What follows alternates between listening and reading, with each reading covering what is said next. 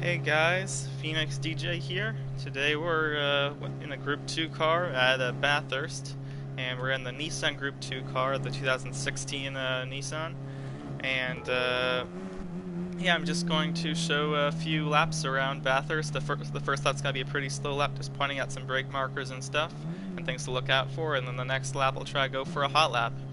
Anyways, before I start this lap, guys, I want to point out that I have no tire wear or fuel wear on, so if you're doing a race with fuel or tire wear, the lap will be a bit different, but not too much. And obviously, all the Group 2 cars are a little bit different, so things will vary between what I say, but I'll try and make it pretty general for all the Group 2 cars. Anyways, as we're approaching turn 2 here, after the long straightaway, really important to get a good exit from T1, that way you can keep that momentum down the long straight.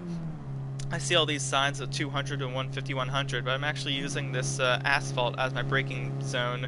Basically, right as the asphalt ends, as it's starting the grass, that's my braking zone. As I'm in 6th gear, at like top speed by that point, downshifting to 3rd right at the end of that asphalt. And really important not to apex too early, or else you can run wide here and hit the wall. And even getting on this curb can unsell the car, so you kind of want to just stay to the right of that.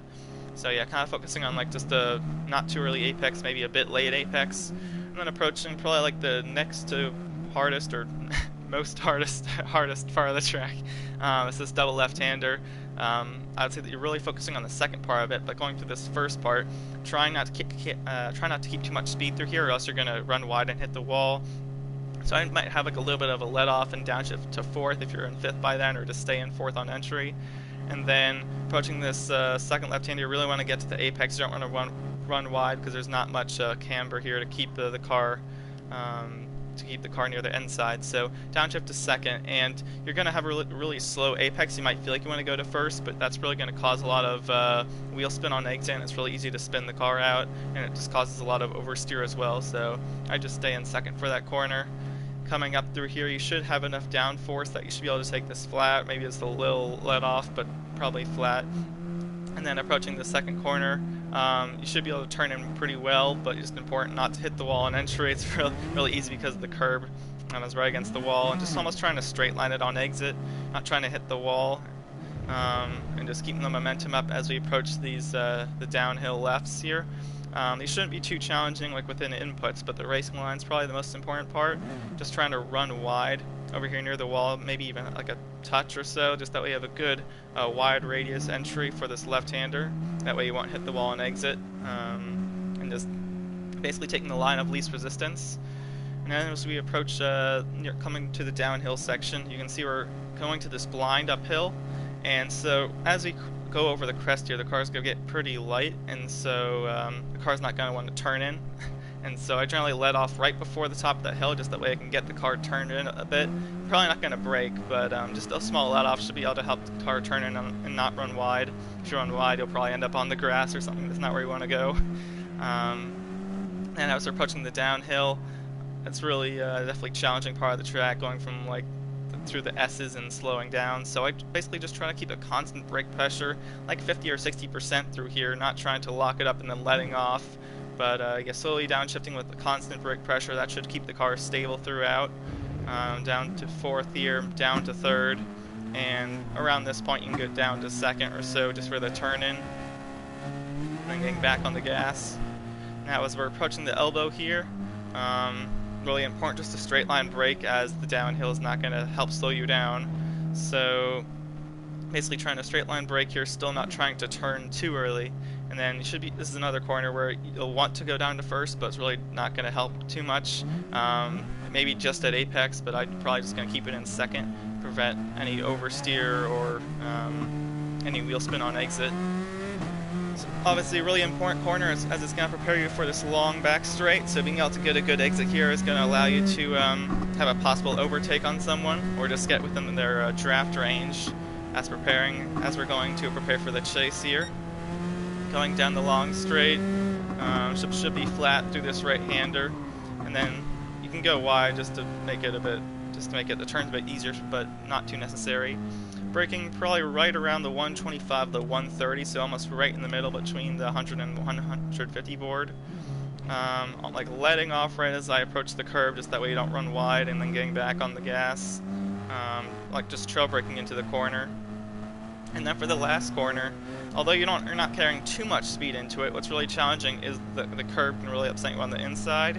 So I'm braking in, see kind of where the cones are, like just after the 100, maybe like the 90, maybe like the 80 meter area. Definitely, I wouldn't say 75, it's a bit too late, and it's really easy just to slide through here. You want to maintain a good speed without sliding, but yeah, if you get on this curb, it's just going to really upset the car, and once you land down, it's really easy to spin the wheels. So I'm just gonna spin around so I can get a good exit off the last corner. Yeah, obviously that's gonna prepare you for your final lap, or starting your lap onto the finish straight.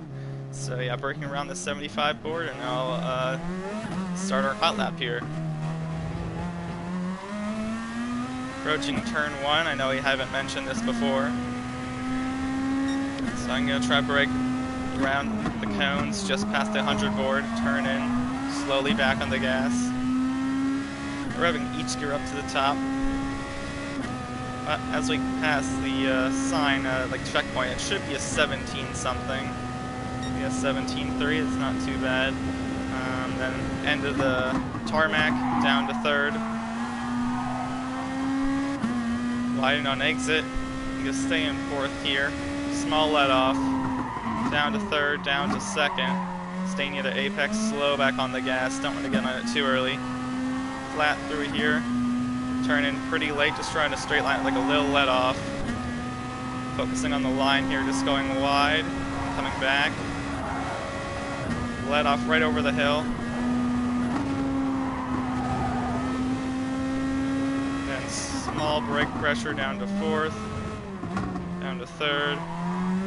Second, back on the gas, let off, down to second, not to first, slowly get back on the gas.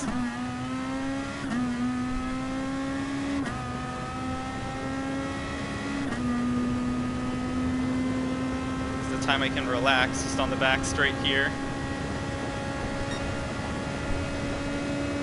Back down the straight, just focusing on a braking point of the 125, right in the middle, down to second, just clip a bit of the curb. Up to fifth gear, right at the cones. Try not to get any of the curb, but stay close.